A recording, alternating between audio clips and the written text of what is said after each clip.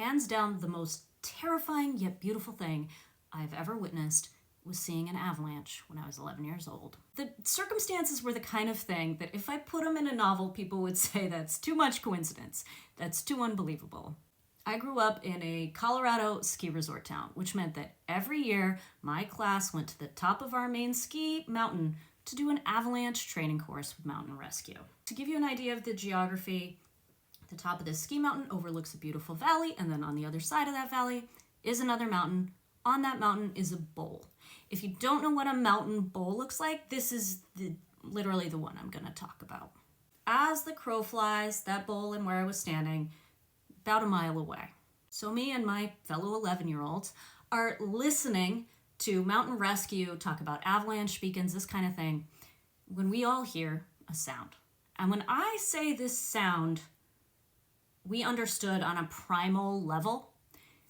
Every single kid stopped talking, immediately started looking around, terrified. Like you knew inherently that there was something very, very wrong when you heard this sound.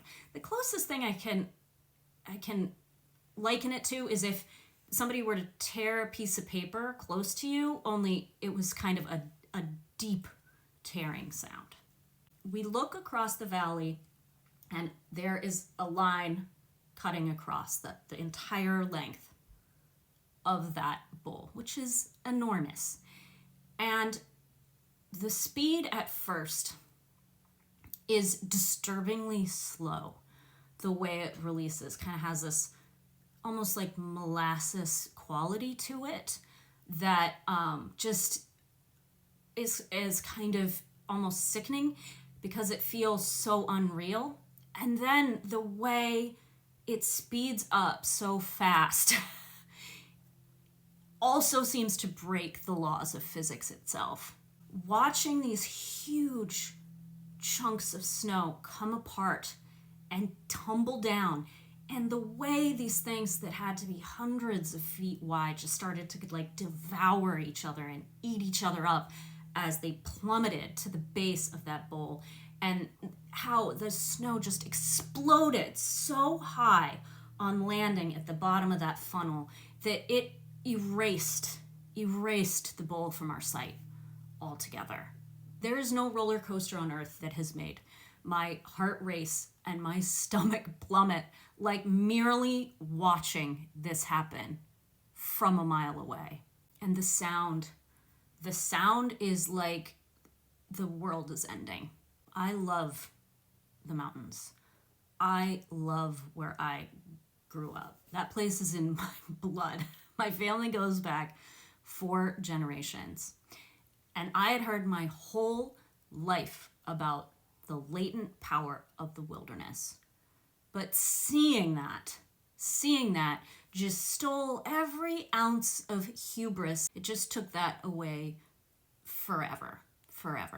To go out unprepared, to underestimate the power of the natural world. Right there, I learned that day that is just one of the most stupid things a human being can possibly ever do. When people ask where I get the ideas for my stories, I always say my own fears, right?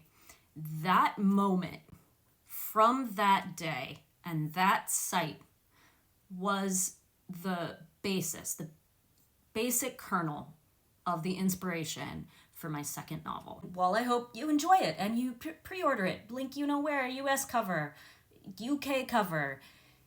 Most of all, I hope that you never go out into the wilderness unprepared. It's about a 12-year-old boy on a father-son retreat into the Colorado backcountry in winter who has to figure out how to survive not just the wilderness, but the dangerous adults around him. Follow along for more history, old home, and bookish things.